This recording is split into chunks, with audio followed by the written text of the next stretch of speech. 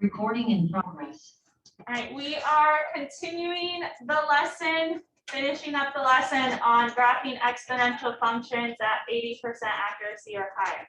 So we really only had like a little bit more to cover. Like I just kind of want to do a couple problems that look a little bit different than the ones that we did so that you can see those and not be intimidated by those. But either way, like I showed you the process yesterday, and it's the same process no matter how the equation looks. To graph it, you make a table, you plot your points, and then you answer the questions about it. So I'll just show you a couple examples from your note sheet. I'll give you time to practice, and then you can use time to take your exit ticket at the very end. So the success criteria is how you will be tested. So make sure that you can recognize exponential functions based on the formula, how to tell if it's exponential growth or decay from the formula and the graph, and then to identify key points of a graph like domain, range, asymptote, and y-intercept. So all of that we learned yesterday, but we'll just do a few more examples today, and then you'll have time to practice. So I recorded yesterday, and I put it in the slides. I'm recording right now. I'll put the example that we do in the slides too. So what's highlighted is what you should be watching if you're ever absent. The rest is just extra resources for you. Then you guys all received the practice yesterday, and you should have been able to start it yesterday too. It's just evens or odds, and I will check it during the exit ticket. If you do not get full points at that time, like maybe it's not finished or you don't have enough work shown, you can always resubmit it for more points on your own time. You just have to take a picture and upload it to Schoology. So today I'll check it the one time, and then if it's not full points, you upload it yourself. If you were absent for part 1 or part 2 of the final exam last semester, I'll be pulling you tomorrow and Friday for sure to take it. So just be prepared for that. You're still responsible for the lesson. You just have to watch it on your own time. And then, like I said, we are taking an exit ticket at the end of class. First hour, the scores were mostly good. It's just, it kind of sucks because if you miss one, it's already like at a 66%. And then of course, there's not many assessments in the grade book because the grades reset. So if you miss one or if you miss 2 or 3, your grade might look a little bad for a little bit. So just remind your parents, like, you know, we're gonna continue to take assessments. I'll talk about corrections tomorrow if those are needed, but it's the same process as last semester. So, you know, don't stress it too much. You can use your notes on it, try your best, and then I open it up for viewing after 5th hour. So after everyone's taken it, you can look at what the other answer could have been. All right, so any questions about that? All right, so then we will jump back into the lesson. So this is what we did yesterday, right? We did all the vocab. If you were not here yesterday, make sure you watch the video. The example, the first example that we did was pretty long because it had to explain like every aspect of it. But once you understand that, then the rest go by pretty quick. All right, it's the same process. You make a table, you graph the points, and then you identify domain, range, y-intercept, asymptote, and all that good stuff. So we looked at problems like this yesterday that have additional stuff either added or subtracted onto it. So when we are determining if it's growth or decay just from the formula, how do you know what number you look at? Like in number 4, would I look at the 1/3 or the number 4? Like how would I know? All right, you look at the 1/3. Basically, you look at whatever number is with the x. All right, the number that is attached to the x tells you whether or not it's growth or decay. So since 1/3 is attached to the x and is 1/3 bigger or smaller than 1, It's small. smaller than 1, because if I put this in my calculator, I get 0.3 repeating, right? So that's definitely smaller than 1. So would that be growth or decay? That would be decay. So you do have to be able to read the formula and tell me if it's growth or decay just from the formula. All right. This one I won't do the rest, just because it's really similar to number 3, which we did together yesterday.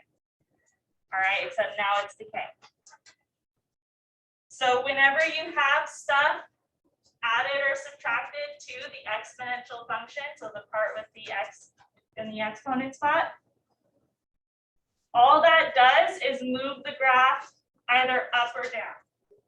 So like in number 4, if I'm adding 4 to the end of this, or even if I put 4 in the front of it, to add it to it, that tells me that I am moving, so it moves the graph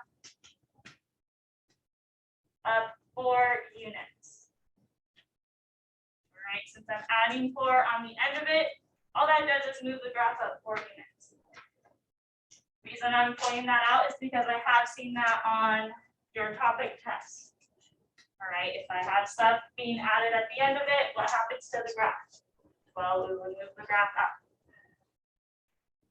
Now, what about in number 3? Instead, I subtracted 1. So that moves the graph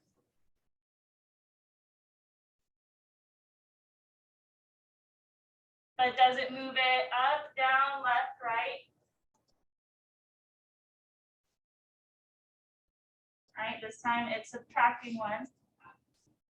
So would it move the graph up, down, left, right?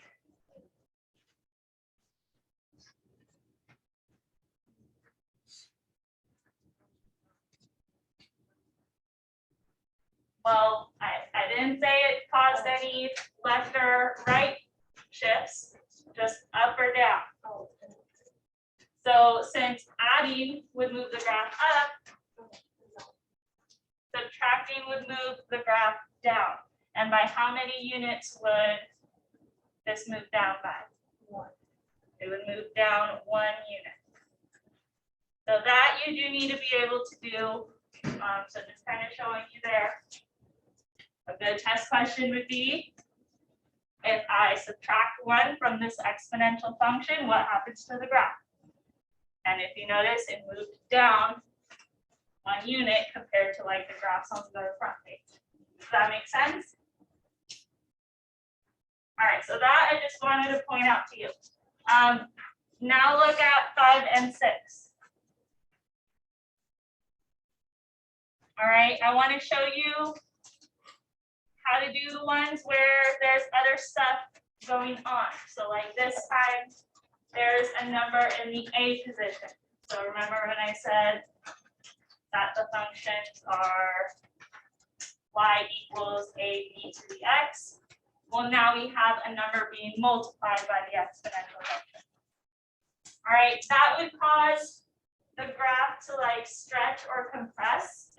I'm not going to have you memorize that because you usually don't for exponential functions, but we are going to go through the process of like graphing it.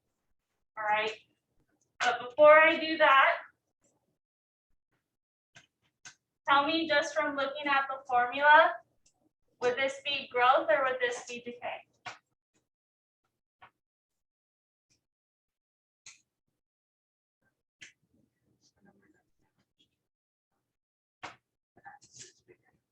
Good.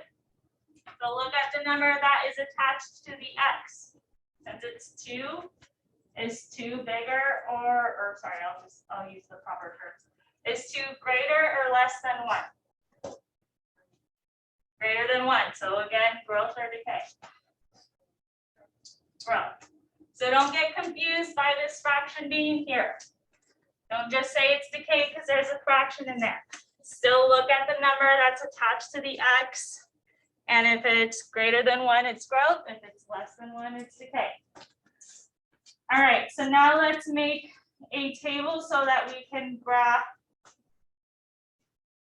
this exponential function. What did I say the x values should always be for this unit? Good, -2 to +2. That's a good place to start at least. Sometimes we need to put more x values in there, but we want to have enough dots to where we can see that curve. All right, so just do -2 to +2 to start out with. How do I find the y values? Plug in your x values. And where do I plug it in?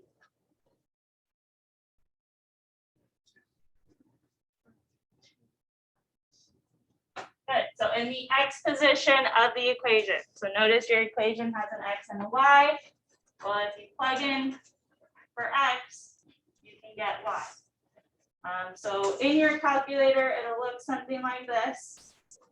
1/4 times 2 to the x, which is now -2. And again, don't make your life harder.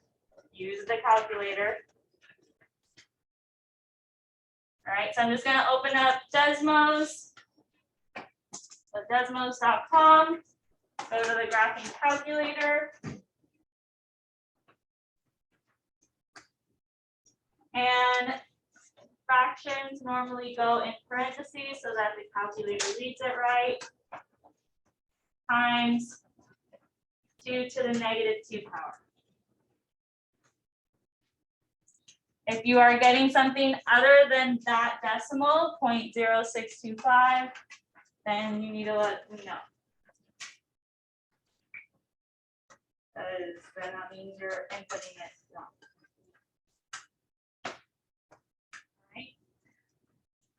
Then what do you get when you plug in -1?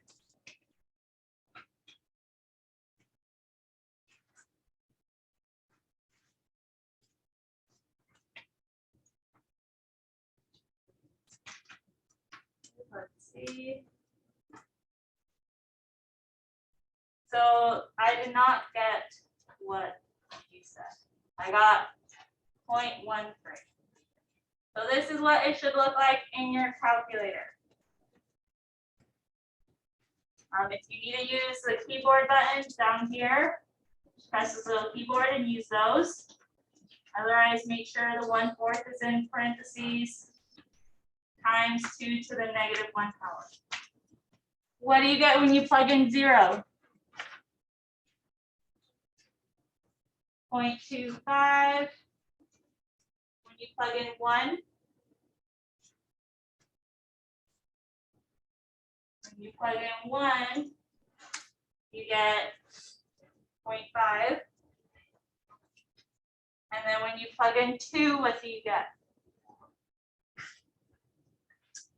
You get 1. All right, if you're getting something different and you're using a calculator, let me know so that we can fix whatever you're doing wrong. All right, but this would be a good situation where maybe adding a few more x values would help us better plot the graph. All right, so you see how we have like a bunch of decimals here? All right, it's all going to pretty much look the same when I graph them. So maybe by adding another x value like 3, I can make a better looking graph. So when I plug in 3, what do I get? 2. All right, and then I think that would be enough points to plot on this graph. All right, questions so far? All right, so plot these points on your graph and then answer these 4 questions about it. So this will be your turn. I'll give you a minute or 2. And we'll see if you're right.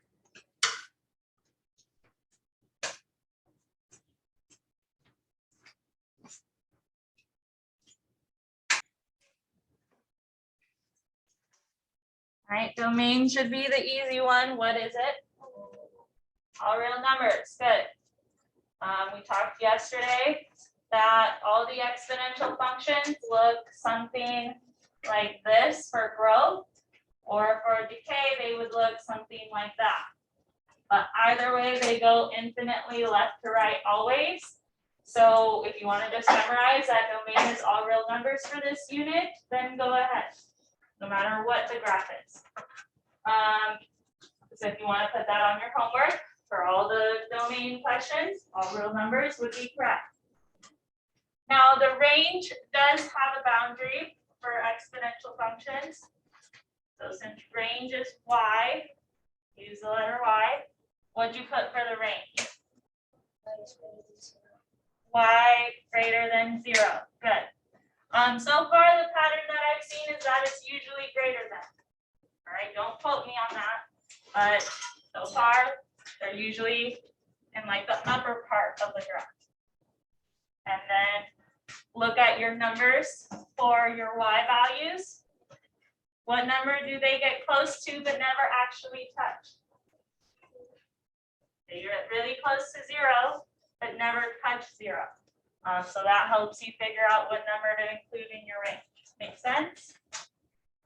Now, what I just explained to you is also how I would explain the asymptote. They're really similar.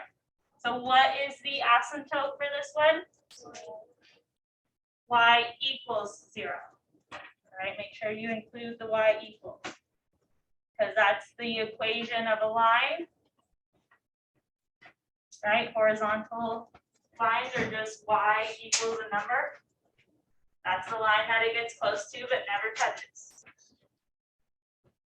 All right, and lastly, what's the y-intercept? What was that? 0.25 would be correct. And if it's hard to see on your graph, then look at your table. Whenever the x is 0, that is your y-intercept.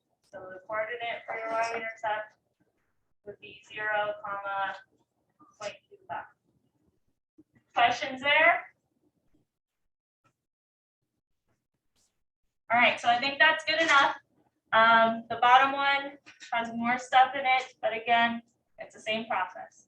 You make a table, plug in your x values, use your calculator to find your y values, plot your points, and then answer those questions. Any questions though? All right, so I'll give you the rest of the time to practice. At 9:05 though, I will tell you to start taking your exit tickets. So far, kids have been spending like what, 5 minutes on it? Like it really doesn't take them long. So I'll give you the full 15 minutes for your exit tickets.